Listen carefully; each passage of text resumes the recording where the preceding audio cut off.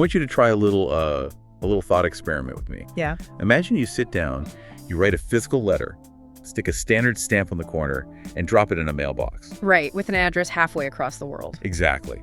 And in a few days, it just, magically arrives. Yeah, we totally take that for granted. We really do. Or think about the last time you took an international flight. You're sitting in this pressurized metal tube, flying safely through the sovereign airspace of maybe 4 or 5 completely different countries. And you probably didn't even look up from your movie to notice the borders crossing below you. I mean, I know I don't. Yeah. We take these seamless, everyday global interactions completely for granted. But the reality is, they don't happen by magic. No, not at all. They are held together by this invisible, highly complex web of rules and treaties and governing bodies. Right, and it's an architecture that is entirely invisible to us until the moment it breaks. Yeah, we live in a world governed by this sprawling system of international cooperation. But most people, they only ever interact with it when they hear some confusing, multi-letter acronym dropped on the evening news during a crisis. Which brings us to our topic today. We are looking at international organizations, or IOs. We've got a massive stack of source material for this deep dive. We do. We've got research, historical analyses, and some seriously dense encyclopedic breakdowns of global governance. Yeah, really dense. So our mission today is for you, the listener, to finally cut through that acronym soup. We want to decode the UN, the WTO, the IMF, the WHO. Basically, we want to expose the hidden plumbing of how the world actually runs. Exactly. We're going to explore why these systems were built in the first place, why some of them are, visibly fracturing right now, and what the future holds for international cooperation. It's a lot to cover. It is. Okay, let's unpack this. Before we even get to the famous heavy hitters like the United Nations, we have to define what an international organization actually is. Right, because, a charity working in 2 countries isn't the same thing as a military alliance. Far from it. So when we talk about global governance, the sources say you have to break these entities down into very distinct categories, right?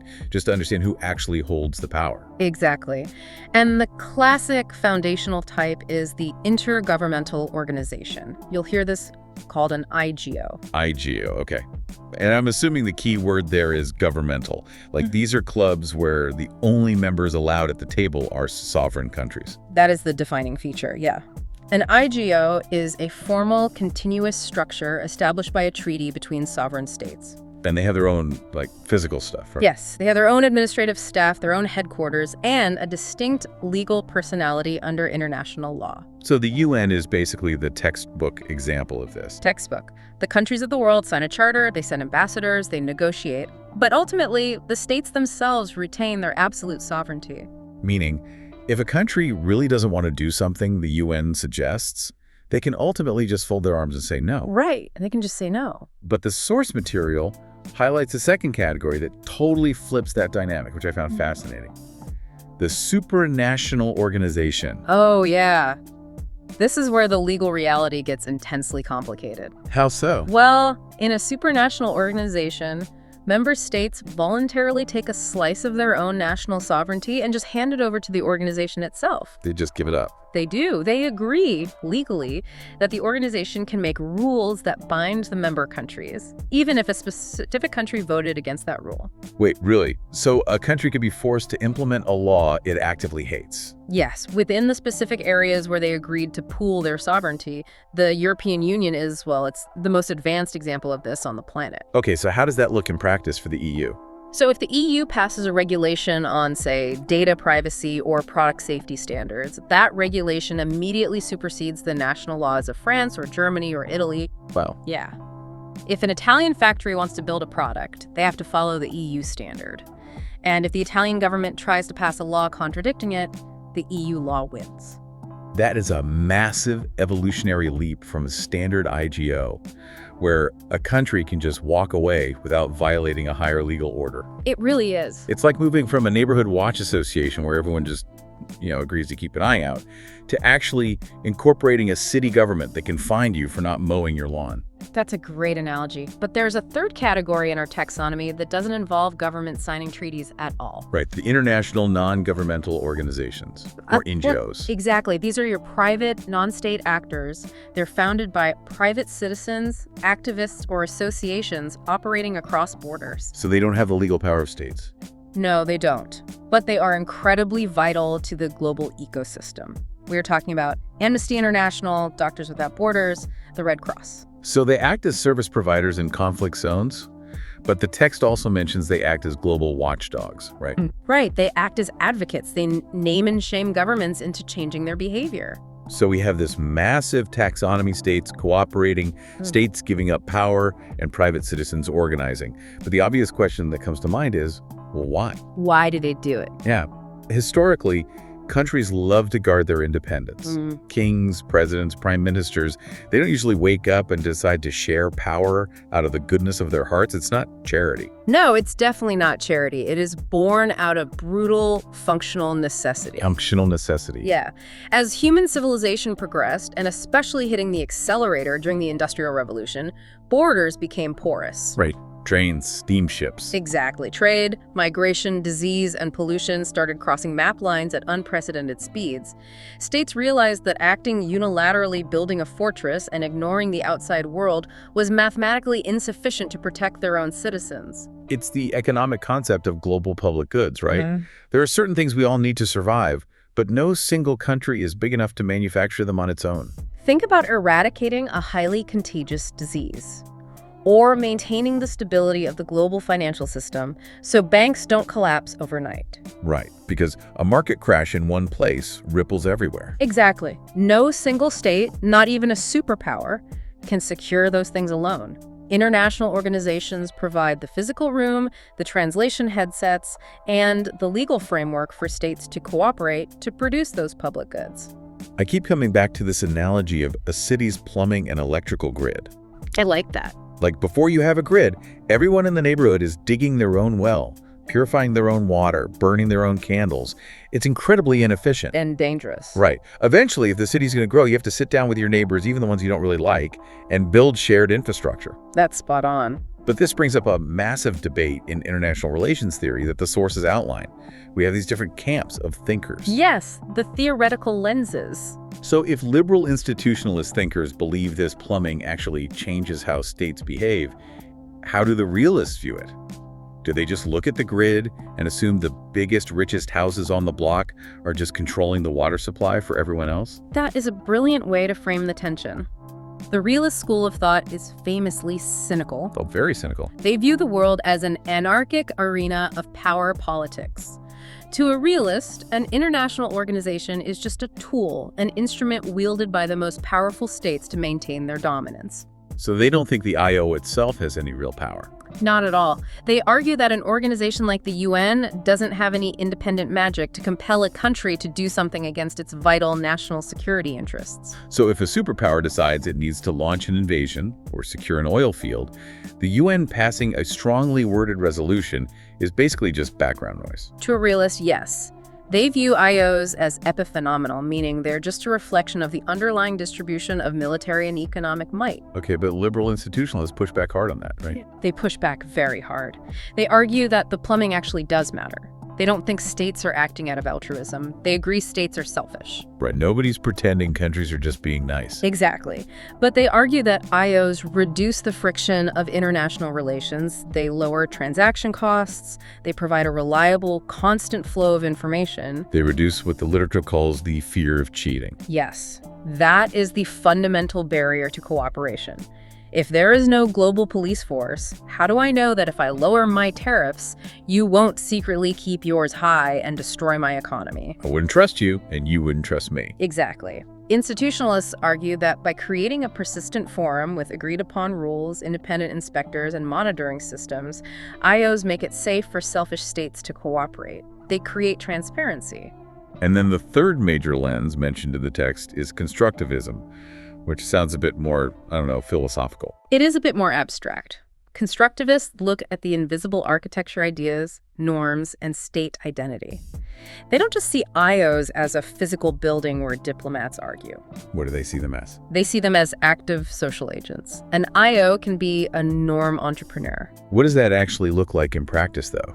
How does a building in Geneva change a norm? Well, look at the concept of decolonization. In the 19th century, holding colonies was considered the absolute standard of being a powerful, legitimate state. Right, everyone was doing it. But the United Nations, over decades, provided a platform for colonized peoples and sympathetic states to constantly push the idea that self-determination was a fundamental human right. Oh, I see. They used the platform to shift the conversation. Yes. They passed resolutions, they created committees, they generated legal arguments. Over time, the UN socialized the global community into accepting that colonialism was illegitimate. So they didn't use an army. They used ideas to change what states perceived as acceptable behavior. Precisely. That shifts the whole perspective. It makes you stop seeing global politics as just a chaotic game of risk, and you start seeing it as a deeply structured system of mutual dependence. It really does. But we didn't just wake up one day in 1945 and decide to build the United Nations. The source text makes a fascinating pivot here. The history section, yeah. We have to move away from these abstract theories and look at the actual historical trauma that forced these institutions into reality. Right, and the impulse to institutionalize cooperation is actually quite ancient. The sources reference the Amphictyonic Leagues in ancient Greece. Try saying that 3 times fast. I know, right? These were associations of neighboring tribes that would meet periodically to manage and protect a common religious shrine, like the Oracle at Delphi. So it started around religion. It did. But because they were already meeting, they would pledge mutual protection and occasionally mediate disputes between rival city-states to prevent outright war. It's the earliest version of a diplomatic backchannel. And much later, the Hanseatic League pops up in the sources, right? Yes. Peaking between the 13th and 17th centuries, this was a powerful commercial and defensive confederation of merchant guilds and market towns dominating trade along the coast of northern Europe. But it wasn't an IGO of sovereign states like we have today, was it? No, but it achieved something similar. It established its own shared commercial laws, standardized weights and measures, and provided mutual military protection for merchant ships crossing vast, dangerous political boundaries. But to find the actual DNA of the modern organizations we see on the news today, we have to fast forward to the 19th century.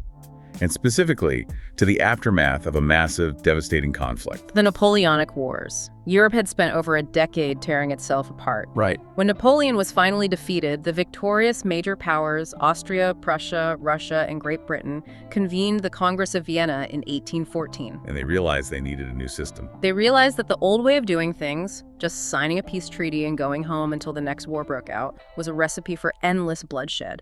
So they created the Concert of Europe.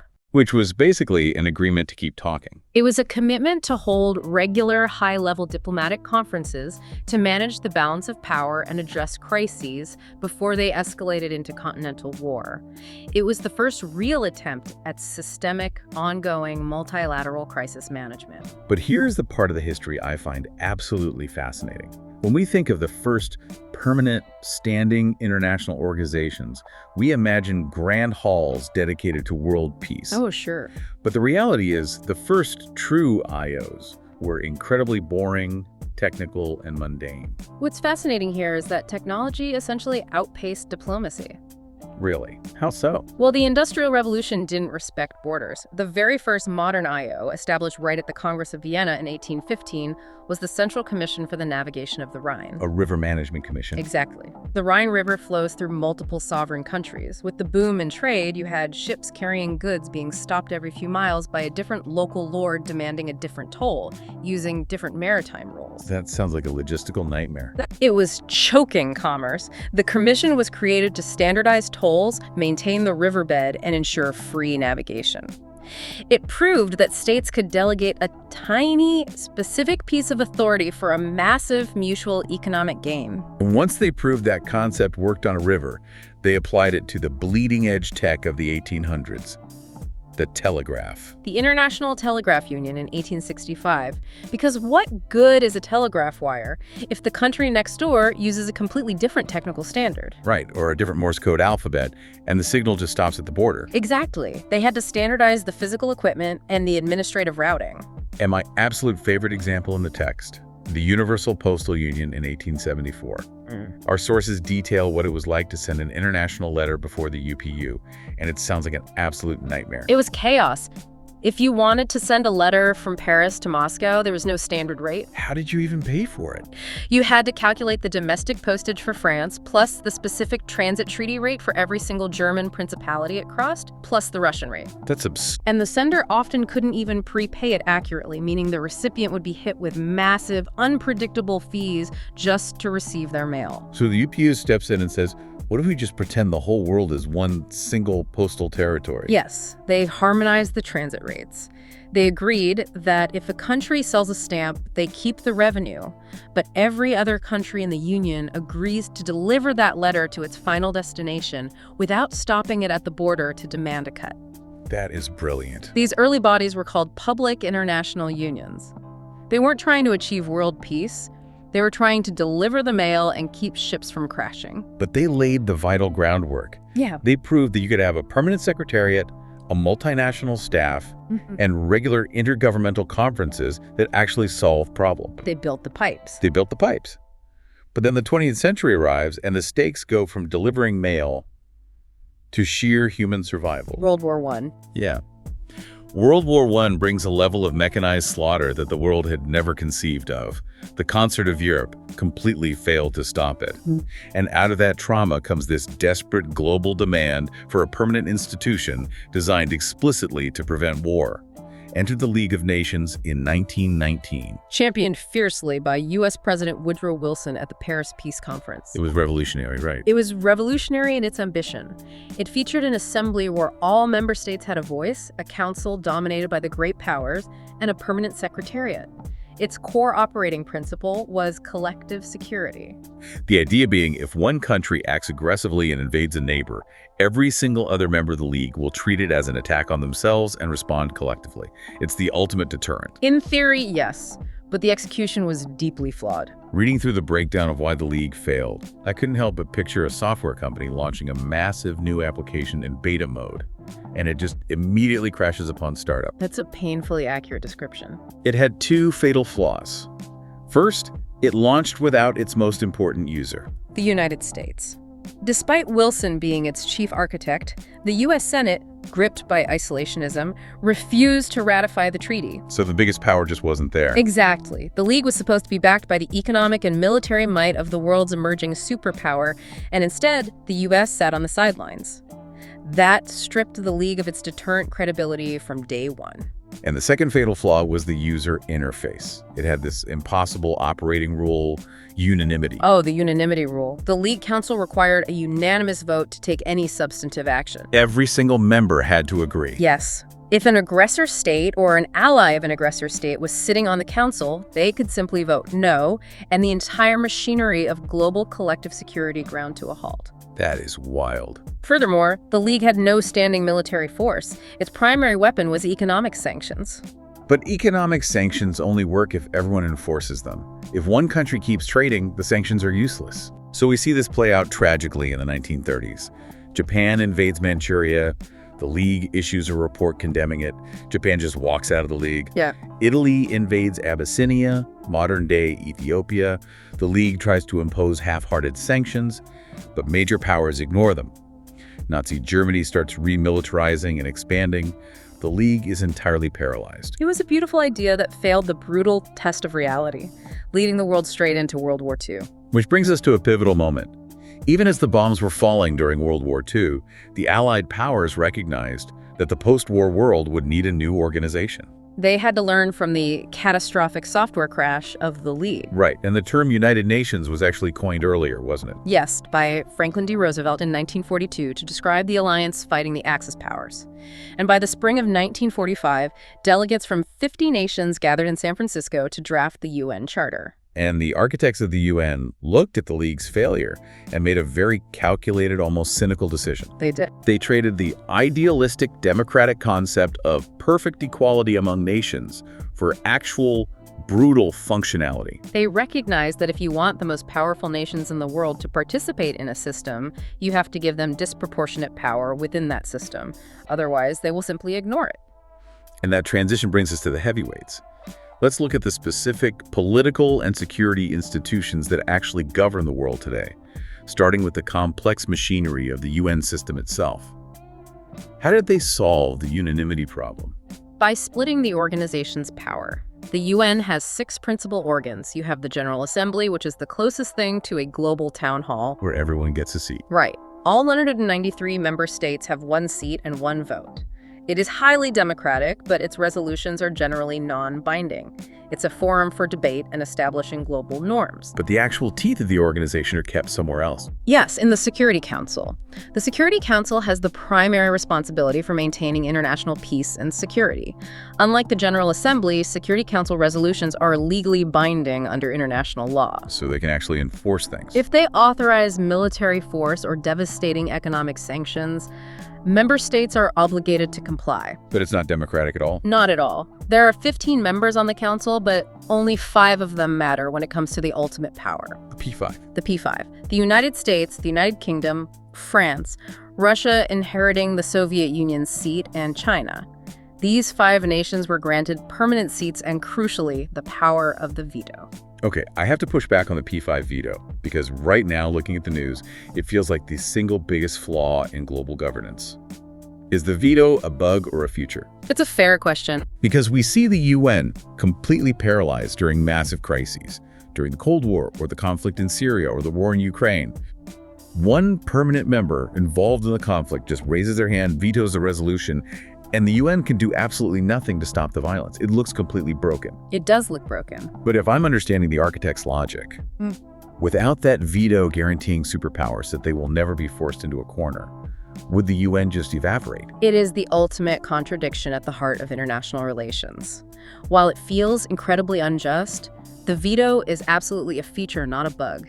It addresses what scholars call the implementation gap. Meaning the UN doesn't actually have its own army to enforce its rules. Precisely. The UN relies entirely on the military and economic assets of its sovereign member states to implement its decisions. Okay, I see. So imagine a scenario where the Security Council did not have a veto, and a majority of countries voted to impose severe military or economic sanctions on the United States or Russia or China. What would happen? The superpower would just say, make me. They would ignore the resolution, or they would just withdraw their funding and leave the UN entirely. Exactly.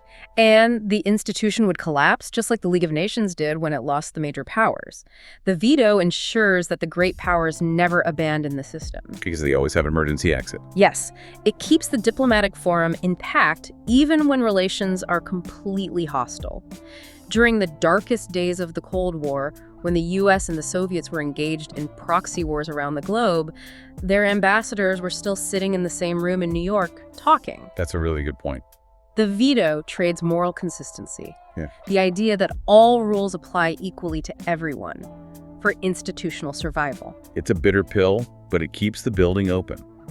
And despite that gridlock at the top, the UN does have a massive active footprint. Yes, through its other organs and agencies. Yeah. The Economic and Social Council, or ECOSOC, coordinates a vast array of specialized agencies dealing with human rights, development, and health. And the courts, right.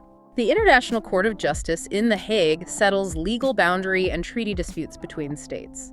And the Secretariat, led by the Secretary General, is the international civil service that actually runs the day-to-day operations worldwide. And we shouldn't gloss over what this imperfect system has actually achieved. The source material points to the UN's role in decolonization, which we mentioned earlier. It's monumental. In 1945, nearly a third of the world's population lived in dependent territories or colonies.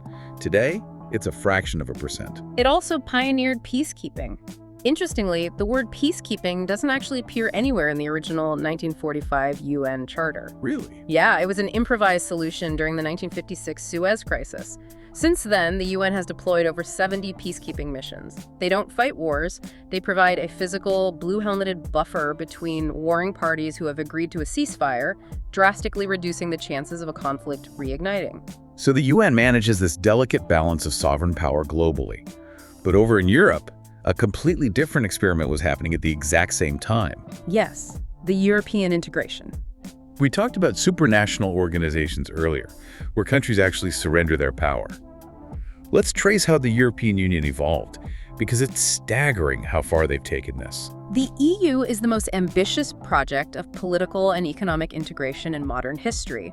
And like the UN, it was born directly from the trauma of World War II. But they took a different approach. A completely different approach. Instead of a grand political charter, they started with something intensely practical and material.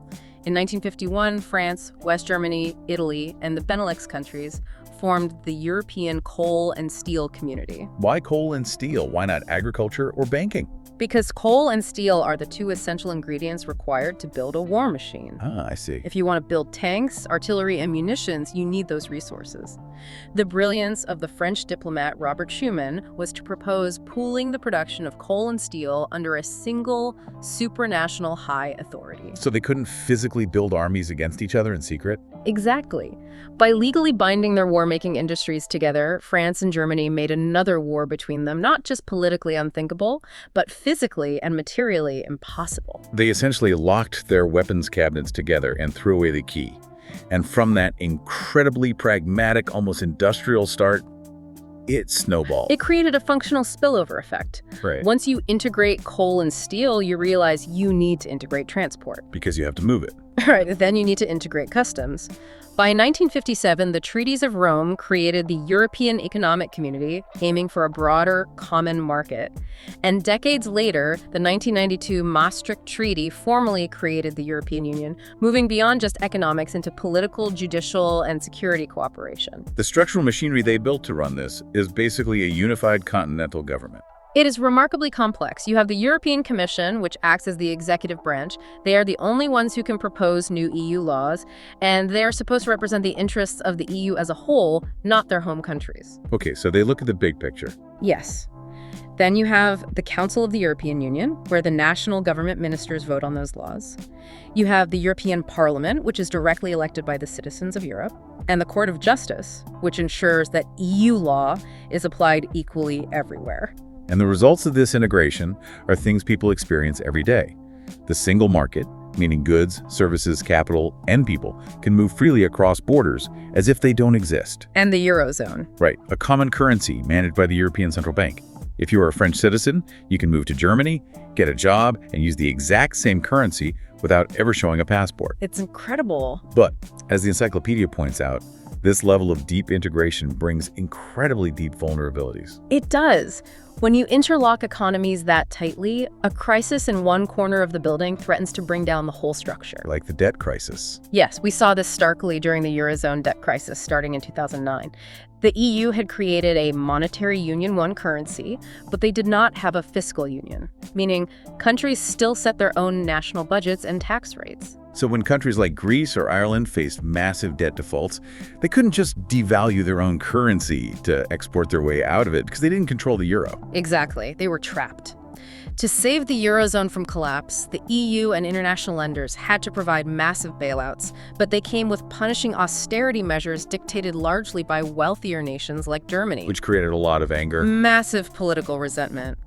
Similarly, the 2015 migration crisis exposed the flaw of having open internal borders without a truly unified external border policy or a consensus on how to distribute asylum seekers. And all of these pressure points culminated in the ultimate shock to the system: Brexit. The UK leaving in 2016. Right. It shattered the assumption that European integration was a one-way street. It highlighted a persistent criticism of the EU, the democratic deficit. This feeling among citizens that their lives are being dictated by faceless, unelected technocrats in Brussels. It forces a reckoning with how much sovereignty citizens are truly willing to surrender in exchange for economic efficiency. So we have the UN managing global diplomacy, the EU managing continental integration. The third major pillar of the post-WWII security architecture is the hard military power. NATO, the North Atlantic Treaty Organization, formed in 1949. NATO is a collective defense alliance, originally forged by the United States, Canada, and Western European nations to deter the massive conventional military threat posed by the Soviet Union. And the core of that is Article 5. The absolute core. An armed attack against one shall be considered an attack against them all. It's the ultimate tripwire. If Soviet tanks rolled into West Germany, the United States was legally obligated to treat it as an attack on Washington, D.C. And remarkably, throughout the entire multi-decade standoff of the Cold War, Article 5 was never invoked. The deterrent held. Wait, it was never used during the Cold War. Never. In fact, the first and only time Article 5 has ever been triggered was by the United States following the September 11th terrorist attacks in 2001, leading to NATO's involvement in Afghanistan. But the Soviet Union collapsed in 1991. The enemy NATO was built to fight ceased to exist. Why didn't NATO just pack up and go home? Because institutions rarely dissolve themselves willingly. They adapt their mandates. Instead of collective defense against a peer empire, NATO pivoted to crisis management and cooperative security. Like in the Balkans. Yes, it engaged in out-of-area military operations to stop ethnic cleansing in the Balkans in the 1990s and later operations in Libya. But its most consequential adaptation was expansion. The eastward enlargement. Taking in former Warsaw Pact countries like Poland and Hungary, and eventually even the Baltic states that used to be actual republics of the Soviet Union. This expansion is the source of immense external friction. Russian leadership views NATO expansion to its borders not as a democratic choice of free nations, but as an aggressive existential military encirclement. It is the central geopolitical friction point in Eastern Europe today. And there's internal friction too, right? The constant arguments over who is paying the bill. Oh, burden sharing is a chronic grievance. NATO members agreed to a guideline of spending 2% of their national GDP on defense. And they weren't doing that. For decades, the vast majority of European members fell far short of that, effectively relying on the massive U.S. defense budget as a security umbrella. It creates deep political tension when American leaders argue they are subsidizing European security. So that covers the security and political architecture. But while the diplomats were building the UN and the generals were building NATO, there was a completely separate group of people, the economists, who believed that none of that political architecture would survive if the global economy collapsed again. We have to transition to the money managers. The economists were looking at the causes of World War II through a different lens. They looked at the Great Depression of the 1930s. What did they see? They saw countries desperately trying to save their own economies by engaging in bigger-than-neighbor policies, slapping massive protective tariffs on imports, competitively devaluing their currencies to make their exports cheaper. Just a race to the bottom. It destroyed global trade, caused mass unemployment, and created the perfect fertile ground for the rise of fascism. So they realized that political peace requires economic stability. And to build that, in 1944, delegates from 44 allied nations met at a hotel in Bretton Woods, New Hampshire. The Bretton Woods Conference essentially designed the operating system for the modern global economy. They created 3 pillars: an institution for monetary stability, an institution for reconstruction and development, and a framework for open trade. Let's start with the first two because people constantly mix them up. The International Monetary Fund, the IMF, and the World Bank. I hear them used interchangeably on the news, but their jobs are fundamentally different. They are very different. I'd like to use a medical analogy. Imagine a patient who has just been in a massive car crash. The IMF is the emergency room doctor.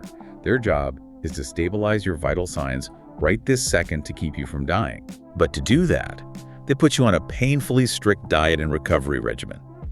The World Bank is more like the physical therapist you see a year later. They aren't dealing with the immediate bleeding. They're giving you a loan to build long-term muscle strength so you can eventually run a marathon. That is an exceptionally accurate way to separate their mandates. The IMF is the global financial firefighter. Its primary purpose is to oversee the international monetary system and provide short to medium-term emergency loans to countries facing a balance of payments crisis. What does a balance of payments crisis actually look like on the ground? Like, what actually happens? It means a country has literally run out of foreign currency reserves, usually US dollars, and can no longer pay for essential imports like fuel or medicine, or it can no longer make the interest payments on its international debt. Oh, wow. So they just hit a wall. Yes, and if they default, it could trigger a panic that spreads to neighboring countries, crashing the regional economy. The IMF steps in with billions of dollars in emergency credit to stabilize the country's currency and reassure global markets. But the ER doctor's treatment comes with severe side effects. The IMF doesn't just hand over a giant novelty check and walk away. No, the loans come with intense conditionalities, famously known as structural adjustment programs, or SAPs. What do those involve? Well, the IMF's logic is that the country is in crisis because of bad economic management. So to get the money, the government must agree to restructure its economy. This usually involves draconian austerity measures. Like what? slashing government spending, firing public sector workers, privatizing state-owned utilities, and removing price subsidies. So what does this actually mean for the everyday citizen living in that country? Because removing a price subsidy sounds like a boring bureaucratic tweak. On a human level, it can be devastating. Imagine you are a working-class citizen in a developing nation. One morning, your government, under pressure from the IMF to balance its budget, announces it is removing the government subsidy on gasoline. Overnight, the cost to fuel the trucks that deliver food to your city doubles. The next day, the price of a loaf of bread at your local market triples. You can no longer afford to feed your family. That's horrifying. This is why IMF interventions frequently trigger massive, violent street protests. So what does this all mean? It's a brutal tension. The IMF stabilizes the macroeconomic spreadsheet in Washington, but it can inflict acute, desperate poverty on the ground. Meanwhile, the World Bank, the physical therapist, is focused on a completely different timeline. Exactly. The World Bank Group, originally focused on rebuilding Europe after the war, quickly shifted its mandate to long-term economic development and poverty reduction in the developing world. So they aren't fixing immediate debt crises. No, they don't provide emergency cash to pay off debt. They provide long-term, low-interest loans or grants for specific, massive physical and social infrastructure projects, building hydroelectric dams, paving national highway networks, or funding nationwide vaccination and education programs. And both of these institutions, the IMF and the World Bank, share a governance structure that is highly controversial. It is not one country, one vote, like the UN General Assembly. No, they operate on a quota system. A country's voting power is directly proportional to the amount of financial capital it contributes to the institution, which essentially mirrors the size of its economy. So the richest countries have the most votes. Because the United States is the largest economy and the largest contributor, it holds enough voting shares to possess a de facto veto over major constitutional changes in both institutions. Which fuels the criticism that these aren't truly global institutions, but rather instruments of Western economic dominance. Which is a critique we will explore deeply when we look at how the Global South is responding. But we must touch on the third Bretton Woods pillar, trade. They wanted an organization to prevent the disastrous tariff wars of the 1930s. But it took them decades to actually get the building constructed. It did. They initially created the General Agreement on Tariffs and Trade, the GATT, in 1947. Just an agreement, not an organization. Right. It was supposed to be a temporary treaty, but it ended up regulating global trade for 50 years through these massive multi-year rounds of negotiations. Finally, in 1995, the World Trade Organization, the WTO, officially opened its doors.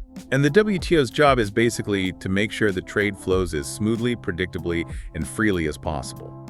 It's a forum for negotiating lower tariffs. But the real power of the WTO, what the Encyclopedia calls its crown jewel, is the dispute settlement body. The DSB changed international trade from the law of the jungle to a rule-based system. Before the WTO, if a massive economy like the US felt a smaller economy was trading unfairly, the US would just unilaterally slap crushing tariffs on them. The small country had no recourse. But the DSB changed that. Yes, the DSB created a binding legal court. Let's walk through how that works. Say country A thinks country B is cheating. Okay, let's say country A accuses country B of illegally subsidizing its domestic solar panel manufacturers, allowing them to dump cheap panels on the global market and destroy country A's industry. A classic trade dispute. Country A brings a case to the DSB.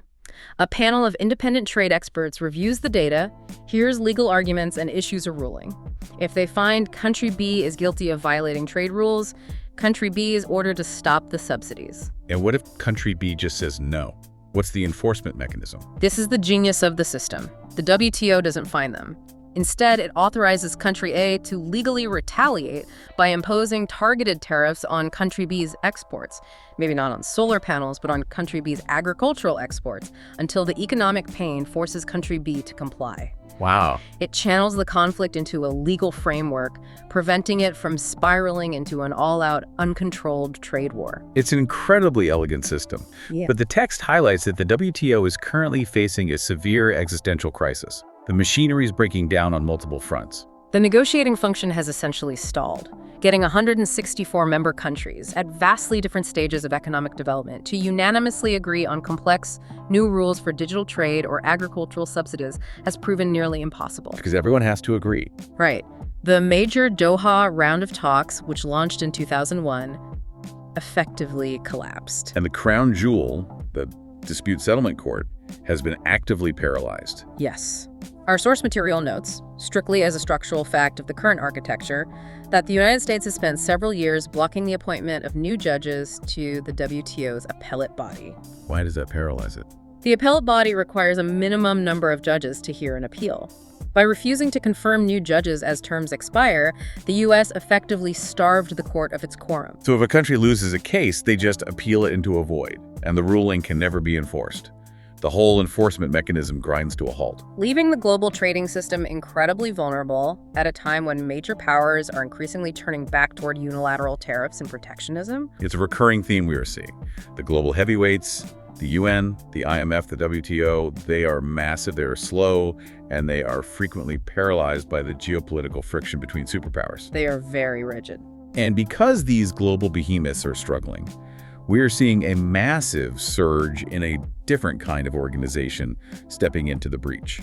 We need to pivot to the rise of regionalism and specialized action. As global multilateralism stalls, regionalism has become one of the most dynamic areas of global governance. Regional organizations are inherently smaller, their member states often share more cultural or economic similarities, and they can be much more agile in addressing localized problems that the UN Security Council is too busy to care about. The source material contrasts a few different regional models, and the differences are striking. Let's look at the African Union, the AU, which succeeded the older Organization of African Unity in 2002.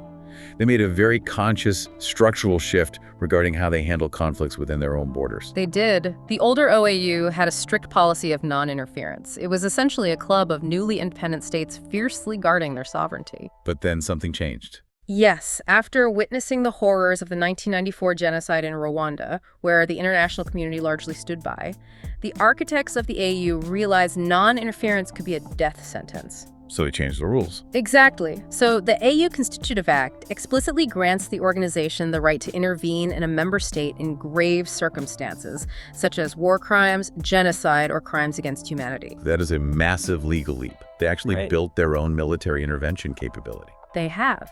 The AU has launched robust peacekeeping and peace enforcement missions, such as the mission in Somalia to combat al-Shabaab. They are willing to use force to stabilize their region without waiting for the UN to authorize it. That's huge. Furthermore, they are driving long-term economic integration through the African Continental Free Trade Area, aiming to create a single market akin to the EU's early ambitions. But then you fly over to Southeast Asia and you look at ASEAN, the Association of Southeast Asian Nations, and their operating manual is the exact opposite of the AU or the EU. Oh, completely different.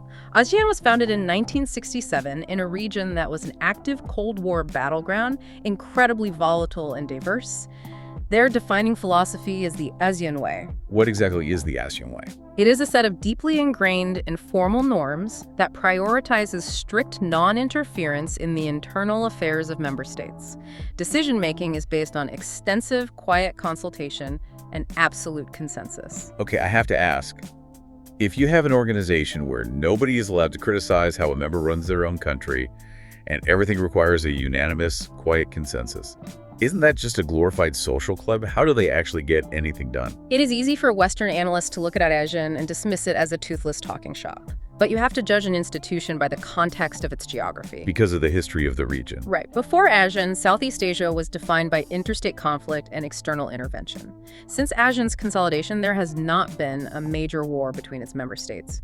The social club aspect, the constant dialogue, the building of personal trust between leaders, the saving of face, has successfully diffused territorial disputes and fostered massive regional economic growth. It's a perfect contrast. Yeah. You have the European Union model, which is this highly intrusive, legally binding supranational machine where Brussels can literally dictate the safety standards of a vacuum cleaner to a member state. And then you have the ASEAN way of strict non-interference. Right. It proves that global governance isn't a one-size-fits-all product. The plumbing has to fit the architecture of the house. Exactly. The institutions must reflect the political and cultural realities of their region to survive. We see this in Eurasia as well, with the Shanghai Cooperation Organization, the SKO. Who's in that one? Founded in 2001 by China, Russia, and Central Asian states, it focuses primarily on regional security combating terrorism and separatism. It represents a major pillar of non-Western security alignment, expanding now to include India, Pakistan, and Iran. So we have the geographic organizations. But beyond that, the encyclopedia details this dizzying array of highly specialized agencies. They don't care about geography. They care about a specific technical mandate. We touched on a few earlier, but the scope of what is being managed globally every day is wild. It covers the entire spectrum of human activity. You have the World Health Organization, the WHO, which acts as the coordinating authority on international public health. Right, we're all familiar with them now. Yeah, they track epidemiological data, declare global health emergencies, and coordinate the response to outbreaks like Ebola or COVID-19. And then you have the International Atomic Energy Agency, the IAEA. They have this dual, almost contradictory mandate. They promote the peaceful use of nuclear energy, but they're also the world's nuclear watchdog. It is a tricky balance. They send physical inspectors into nuclear facilities around the world to ensure countries aren't secretly enriching uranium to build weapons. You also have the environmental architecture, the Intergovernmental Panel on Climate Change, the IPCC, which doesn't make policy but synthesizes the global scientific consensus on climate change. So they just provide the data. Yes. That science then feeds into the UN Framework Convention on Climate Change, the UNFCCC, which provides the diplomatic forum where treaties like the Paris Agreement are agonizingly negotiated. And finally, we have to talk about the legal and judicial layer. We mentioned the International Court of Justice, the ICJ, which settles disputes between countries, like two states arguing over where a maritime border is drawn. But in 1998, the international community created something entirely new, the International Criminal Court, the ICC. The distinction here is vital to understand. The ICJ deals with abstract entities, states. The ICC prosecutes flesh and blood individuals. Real people. Based on the Rome Statute, the ICC investigates and tries individuals charged with the gravest crimes of concern to the international community: genocide, war crimes, and crimes against humanity. It's the realization of the Nuremberg principle, right? That you can't just commit a genocide and say, well, I was the head of state and it was legal under my own national law, so you can't touch me. Exactly. It establishes that there is a baseline of human rights that transcends national sovereignty, and individuals, regardless of their rank, can be held personally criminally responsible by an international tribunal. Okay, so we have mapped out this immense multi-layered system, from the UN Security Council down to the people checking nuclear centrifuges and standardizing mail. But to really grasp where this system is going, we need to look at the numbers. We need to look at the actual scale of this machinery and, more importantly, the intense growing backlash that is threatening to dismantle it. The sheer scale is difficult to conceptualize. According to the Yearbook of International Organizations, there are over 75,000 international organizations in existence. 75,000. Now, to be clear, the vast majority of those, well over 90%, are the private, non-governmental INGOs. But there are still between 300 and 350 active sovereign state IGOs managing the globe. Let's talk about the money and the personnel, because this is where a huge amount of public anger is directed. The total UN system budget, and this includes the core diplomatic machinery, plus all the massive specialized funds like UNICEF, the World Food Program, the Refugee Agency, is estimated at roughly $60 to $70 billion a year. And the staffing is massive, too. Yeah, the system employs about 114,000 civilian staff globally, plus around 70,000 military and police personnel deployed in peacekeeping. For context, the European Union's annual budget is around 170 billion euros, though a massive chunk of that is redistributed back to member states as agricultural subsidies and regional development funds. What about the banks and the military? The World Bank commits between $40 and $60 billion in new development loans annually, and NATO operates on a relatively tiny shared budget of about $3.5 billion for its headquarters and joint operations. But that entirely relies on the member states collectively spending over $1 trillion on their own national militaries to make the alliance credible. Okay, I want to play devil's advocate with these numbers for a minute, because the most common populist critique of international organizations is that they are bloated, wasteful, inefficient bureaucracies filled with diplomats drinking champagne while soaking the taxpayer. That is a very common critique. But if you look strictly at the UN's core secretariat budget, the money required to keep the lights on in New York and Geneva, pay the translators, and run global diplomacy, it's roughly $3.2 billion a year. That is less than the annual revenue of a mid-sized Silicon Valley software company. Are we unfairly criticizing these organizations for being bloated, or are they actually drastically underfunded given that we've tasked them with the mandate of saving the world from war, starvation, and disease? It is a profound paradox. The core administrative budgets are shockingly small compared to the global expectations placed upon them. However, the perception of bureaucratic bloat is not entirely unearned. Where does that perception come from then? It stems from the systemic complexity and overlapping mandates. You might have a developing nation facing an agricultural crisis, and they have to coordinate with the UN Development Program, the Food and Agriculture Organization, the World Food Program, a regional development bank, and half a dozen major NGOs, all operating with different reporting standards and different managers. Oh, I see. It's just a mess of red tape. It creates immense administrative friction. And the chronic funding mechanisms actually make that inefficiency much worse, don't they? If we connect this to the bigger picture, the way these organizations are funded is their Achilles heel. They rely on member state contributions. There's the constant problem of late payments of assessed dues states just failing to pay their legally obligated share, which throws the UN into chronic liquidity crises. And there's a more insidious issue in the research, right? Funding blackmail. Yes, funding blackmail. That phrase sounds like mob tactics applied to global diplomacy. How does a country blackmail a health organization? It happens through the increasing reliance on voluntary earmarked contributions. Traditionally, a state pays its dues into a general fund, and the leadership of the WHO or the UN decides where that money is most urgently needed globally. That makes sense. But increasingly, powerful, wealthy states refuse to increase general funding. Instead, they provide massive voluntary donations that are strictly earmarked. Meaning they come with strings attached. Heavy strings. A donor country will say, here is $500 million for the WHO, but you are only allowed to spend it studying this one specific disease in these 3 specific allied countries that we are trying to build geopolitical favor with. So the wealthy nations are essentially using the IO as a privatized contractor for their own foreign policy. Exactly. It distorts the entire mandate of the organization. The leadership spends half their time chasing donor priorities rather than objectively addressing the world's most critical vulnerabilities. And that dynamic feeds directly into the other massive criticism that is fueling the current backlash, the democratic deficit. We mentioned this with the EU, but it applies everywhere. It's this growing anger among everyday citizens that the rules governing their economy, their trade, and their environmental regulations are being written in closed rooms in Geneva, Washington, or Brussels by unelected technocrats who are entirely insulated from the consequences of their policies. And coupled with that is the structural political bias. The realist critique is that the architecture of global governance is frozen in time. The UN Security Council permanent veto seats reflect the winners of a war that ended in 1945. Right. It does not include India, the most populous country on Earth. Exactly. It does not include Brazil or any nation from Latin America. It does not include South Africa or any nation from the African continent. And by an unwritten, archaic gentleman's agreement, the head of the World Bank has always been an American citizen, and the head of the IMF has always been a European. To the developing world, this Western-centric lock-on leadership fundamentally undermines the moral legitimacy of the entire system.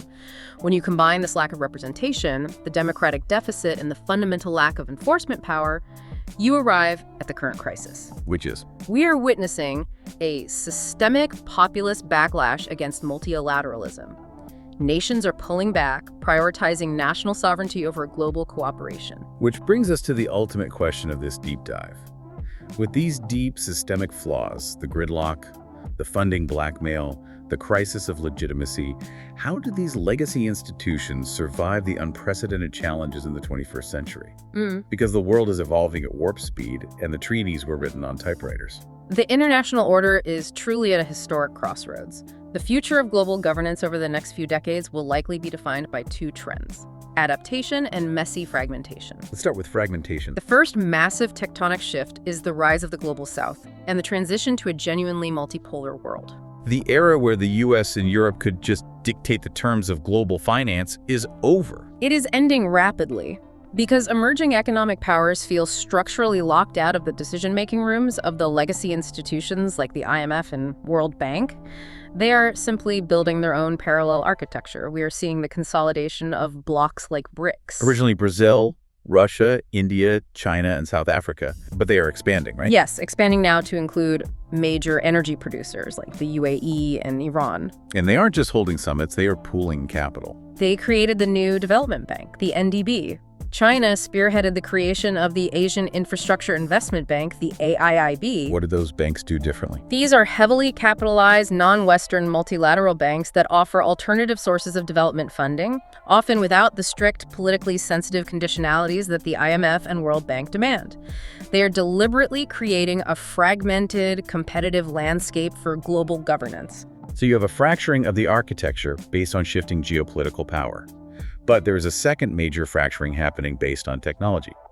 The Encyclopedia specifically points to digital governance as the massive, glaring blind spot of the post-WWII system. It's a huge blind spot. We have incredibly detailed treaties governing naval warfare and nuclear non-proliferation.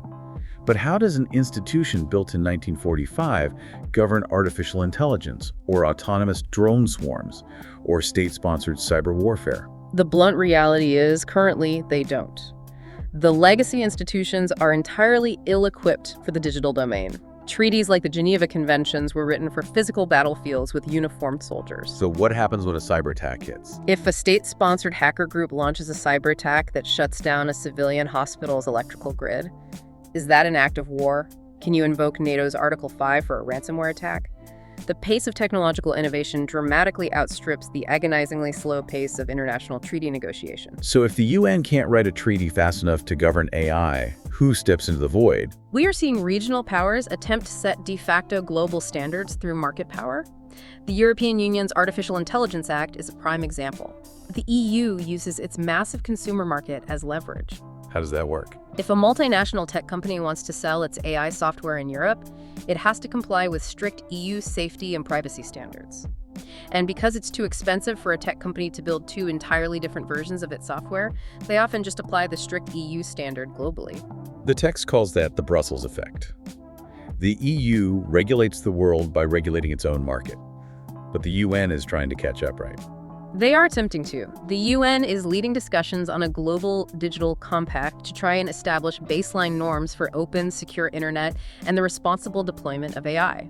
But getting consensus between open democracies and digital authoritarian states on how the internet should be governed is proving to be a monumental task. Let me throw a tech analogy at you to summarize this struggle. It feels like the current international order is basically running on legacy code, like a massive, clunky banking mainframe from the 1970s. It sort of works, but it's full of bugs. Are we better off trying to patch the bugs in the legacy code, spending decades trying to reform the UN Security Council or fix the WTO's dispute court? Or should we be looking at things like the AIIB and regional blocs as developers writing entirely new code for a brand new operating system? That is a very incisive way to look at it. However, I don't believe we're heading toward a clean, sudden replacement of the operating system. Why not? The legacy code, the UN Charter, the IMF financial networks, the aviation treaties is too deeply embedded into the daily functioning of global law and commerce to simply be unplugged. True reform is desperately needed, but as we discussed, the powers that benefit from the status quo veto those reforms. So what happens instead? So instead of a clean upgrade, we are entering a period of messy fragmentation. We will see a multi-layered reality where regional bodies, new alternative organizations from the Global South, and the legacy post-WWII institutions simultaneously complement, overlap, and compete with each other. It's going to be a highly complex, chaotic web. Right. And overarching all of this, the geopolitical shifts, the technological leaps, the institutional friction is the ultimate test, what the source text refers to as the ultimate threat multiplier. Climate change. It is the existential global public good. Because it doesn't stay in one country. It doesn't respect borders, it exacerbates resource conflicts, it drives mass migration, and it threatens the foundational economic stability that the Bretton Woods system was built to protect. Traditional institutions are now being forced to retrofit climate policy into every single aspect of their mandates. We're seeing new institutional machinery being bolted onto the old framework, like the Green Climate Fund or the loss and damage mechanisms designed to channel financial resources from the industrialized world to the developing nations bearing the brunt of the impacts. Managing the global transition to a low-carbon economy while dealing with the fallout of a warming planet will be the ultimate defining test of whether our institutional architecture is capable of facilitating the collective action required for human survival. It is an incredible sweeping journey we've taken today. We started by looking at 19th century diplomats figuring out how to standardize the mail and keep riverboats from crashing. We examined the tragic beta software failure of the League of Nations and how the architects of the UN deliberately traded perfect democratic fairness for the brutal, functional reality of the Security Council veto just to keep the superpowers in the room. We explored the economic architecture, contrasting the harsh emergency interventions of the IMF with the long-term infrastructure goals of the World Bank. And we traced the evolution of regionalism, comparing the deep, intrusive legal integration of the European Union with the quiet, non-interference consensus of the ASEAN way. We also confronted the very real structural crises threatening to pull the whole thing apart today. Right. The gridlock at the WTO, the funding blackmail distorting health agencies, the demographic imbalances locking out the global south, and the urgent race to govern artificial intelligence and climate change with institutions built for the Cold War. As the source text beautifully concludes, these organizations are not a utopian world government. No, they're deeply flawed. They are agonizingly slow, paralyzed by geopolitical rivalries, and burdened by bureaucracy. Yet, despite all of those flaws, they have fundamentally shifted the human default from constant destructive war to continuous diplomacy. They have eradicated diseases like smallpox, they feed millions of refugees daily, they manage the safety of the airspace we fly through, and they provide the legal framework that allows the global economy to function. They are imperfect, but they are the only tools we currently have to manage the spaces between our borders. Which brings me to a final thought for you, the listener, to mull over as we wrap up this deep dive.